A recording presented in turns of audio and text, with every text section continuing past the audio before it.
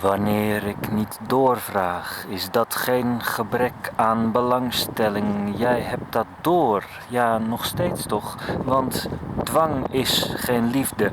En wie er doorheen zocht te prikken of samen met kogels door een kerk gaan, is ergens vergeten hoe aftasten gaat, waar er twee nodig zijn om een tango te dansen. Het is al riskant om te denken in kansen, de richting inslaan van illusies, van maakbaarheid. Zelf wil ik daar waar jij niet op de vraag komt. Doordat er een steen tussen zit, of de dood, of jij die kant toevallig niet op hebt gekeken. Niet morren, niet morrelen en niet verbleken. Niet analyseren, niet doen aan geboden, maar antwoord zijn, zelfs als de weg zich omlaag kromt.